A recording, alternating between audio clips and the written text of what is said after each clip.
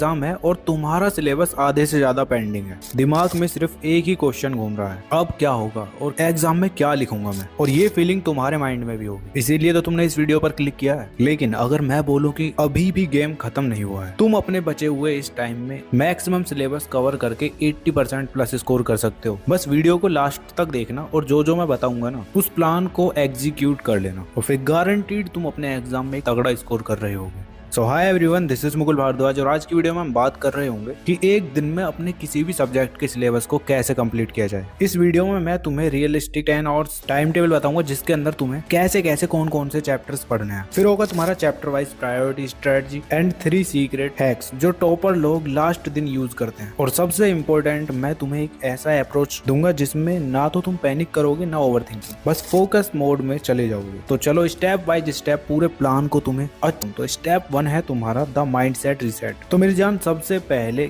Game mindset का है। तुमने इस वीडियो का थंबनेल देखा होगा और फिर सोचा होगा कि यार एक दिन में कौन ही सिलेबस कंप्लीट कर लेगा, बट फिर भी तुमने इस पर क्लिक किया ना कि चलो देख लेते हैं क्या है इसके अंदर, जो कि तुमने बहुत सही किया। तो सबसे पहले अपने अंदर से ये वाली फीलिंग्स निकाल दो कि एक दिन बचा है, एक दिन में क्या ही कर लेंगे। हाँ, मानता हूँ एक दिन में तुम पूरा सिलेबस को मास्टर नहीं कर सकते, बट मैक्सिमम मार्क्स एक्सट्रैक्ट किए जा सकते हैं। इसीलिए आज का दिन तुम्हें ऐसे ट्रीट करना है जैसे कोई मिशन हो। अब उसमें सबसे पहले तुम्हें अपने फोन को एरोप्लेन मोड पर लगाना है। ये इंस्टाग्राम वगैरह सोशल मीडिया ऐप जितने भी हैं उनको डिलीट कर दो और दोस्तों से बिल्कुल भी बात नहीं करनी है। कभी एग्जाम को लेके बात करने लग जाओ, वो तुम्हें इतना बड़ा पागल बनाएगा ना। ये दोस्त लोग पहले से खुद तो पढ़ के बैठे रहते हैं, लेकिन तुम्हारे सामने बोलेंगे कि मैंने तो यार कुछ नहीं पढ़ा, छोड़ तू ही मत पढ़। तो सिंपली बात नहीं करनी है। अब ये चीजें तुम्हें लग रही होंगी बेफालतू की हैं, बेफालतू की नहीं है, ये तुम्हारे डिस्ट्रैक्शंस को दूर करने के लिए है। इसीलिए तो ये तुम्हारा प्लान का स्टेप 1 है। अपने माइंड को बोलो कि हाँ, अब मुझे 10 घंटे की सेल्फ स्टडी करनी है, खुद से पढ़ना है सब कुछ। बस अब अगर तुमने माइंड बना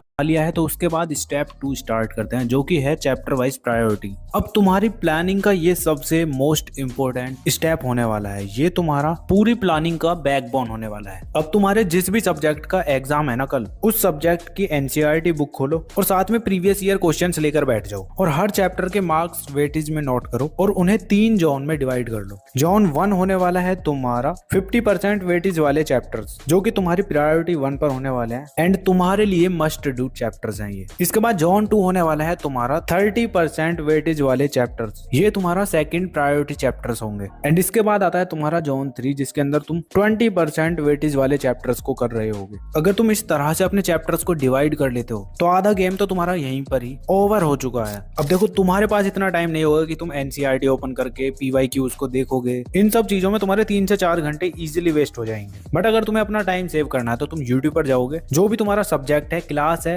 उसको तुम यूट्यूब पर सर्च करोगे। एग्जाम्पल हम लेते हैं क्लास 10 का, कि class 10 science most important chapters, जिस भी ईयर का तुम्हारा एग्जाम है उसको डाल दोगे उसके आगे। एंड अब तुम्हारे आगे वीडियो आ जाती है। ध्यान रखना वो वीडियो रिसेंट का हो, ऐसा ना हो वो पिछले साल का हो और तुम उसके हिसाब से वीडियो देख के चले गए और पेपर में तो तुम्हारा बेड़ा गर्क हो गया, उससे क्वेश्चन ही नहीं बने। ठीक है, तो वीडियो ध्यान से देखना और सर्च ध्यान से करना है। अगर हाफ ईयरली दे रहे हो तो हाफ ईयरली के लिए सर्च कर लेना। अब तुम्हें वीडियोस मिल जाएंगी। अब कोई वीडियो तुम्हारी आ गई, उसमें अब तुम्हें प्रायोरिटी 1, 2, 3 कैसे सेट करना है वो बताता हूँ। एग्जांपल जैसे साइंस के अंदर अब तुम्हारे मोस्ट इंपोर्टेंट चैप्टर कुछ इस तरह से बताए हैं किसी ने, electricity, magnetic effect of electric current और chemical reaction and equation chapter, साथ में मेटल एंड नॉन मेटल्स और कार्बन एंड इट्स कंपाउंड। ये 5 चैप्टर तुम्हारे प्रायोरिटी 1 होने वाले हैं। इनसे तुम्हारे भर भर के क्वेश्चन पूछे जाते हैं एग्जाम में, तो इसीलिए ये तुम्हारा प्रायोरिटी 1 होना चाहिए, यानी कि 50% तुम्हारे एग्जाम में वेटेज कवर करते हैं। अब इसके बाद प्रायोरिटी 2 पर तुम्हारे ये चैप्टर्स होंगे, जैसे human I and colourful world, साथ में तुम्हारा कंट्रोल एंड कोऑर्डिनेशन चैप्टर और अवर एनवायरनमेंट। ये तीनों तुम्हारे चैप्टर 30% वेटेज कवर करते हैं तुम्हारे बोर्ड एग्जाम में। अब तुम्हारे बच जाते हैं life processes, acid base and salts और तुम्हारा हेरिडिटी वाला चैप्टर। तो इनसे तुम्हारे थोड़े कम ही क्वेश्चंस पूछे जाते हैं, तो इनको तुम्हें 3rd प्रायोरिटी रखना है। अब ये कोई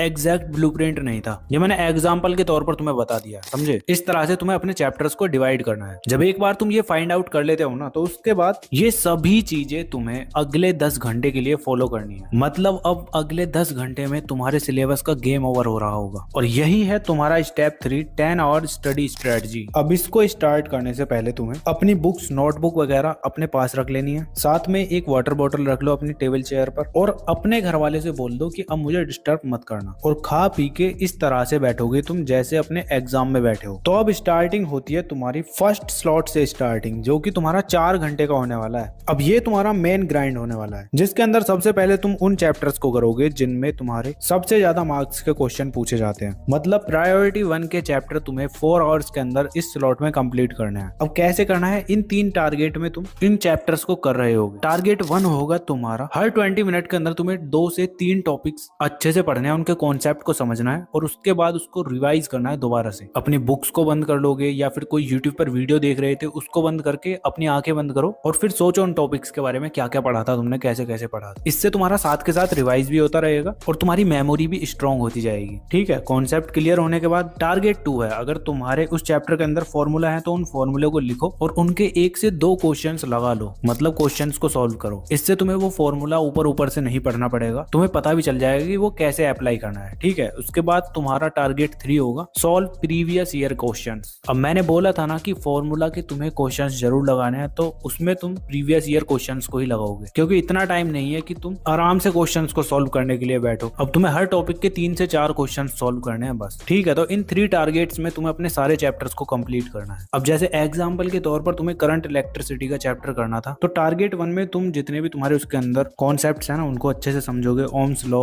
उसके डायग्राम याद करो। ठीक है, फिर आ जाती है बात न्यूमेरिकल पे, तो फॉर्मूला लिखो और उसके बाद न्यूमेरिकल सॉल्व करने लग जाओ। कहाँ से? प्रीवियस ईयर क्वेश्चन से। ठीक है, इससे तुम्हारी 3 चीजें कंप्लीट हो रही होंगी, एक तो रीडिंग, राइटिंग और उसके साथ साथ सेल्फ टेस्ट। अब इन 4 घंटे के अंदर तुम्हारे पूरे हाई वेटेड चैप्टर्स कवर होने चाहिए, और इजीली हो भी जाएंगे अगर तुम फोन वगैरह के अंदर डिस्ट्रैक्ट ना हो, सोशल मीडिया वगैरह ना चलाओ। जैसे ही तुम्हारी ये चैप्टर्स कंप्लीट हो जाते हैं, उसके बाद तुम अगले 30 मिनट का ब्रेक लोगे और फिर से बैठोगे स्टार्टिंग करने के लिए। अब एक 30 मिनट का मिनी स्लॉट होगा तुम्हारा, जिसके अंदर तुमने हाई वेटेज वाले जितने भी चैप्टर पढ़े हैं ना अभी तक, उनका तुम रिवीजन करोगे जल्द से जल्द। ठीक है, जैसे ही उसको कंप्लीट कर लेते हो, उसके बाद तुम्हारा सेकंड स्लॉट चालू होगा, जो कि होगा अगले 2 घंटे का। मतलब तुम्हारे 5 आवर्स कंप्लीट हो चुके हैं। अब 6 से लेकर 8 आवर तक तुम अपने प्रायोरिटी 2 वाले चैप्टर्स को कर रहे होगे। अब इसके अंदर वो चैप्टर्स होंगे जो लो वेटेज वाले हैं और जिनका तुम्हें रिवीजन करना है बस। अब इन चैप्टर्स के लिए तुम्हें बस एक ही टारगेट को फॉलो करना है, जो भी तुम पढ़ रहे हो उसके तुम शॉर्ट नोट्स टाइप अपने नोट्स बना लो। इससे क्या होगा कि इससे तुम्हारा कोई भी टॉपिक इन चैप्टर्स के अंदर से छूटने नहीं वाला। मतलब तुम्हें इन 2 घंटे में रिवीजन टाइप नोट्स तैयार कर लेने हैं इन सभी चैप्टर्स के।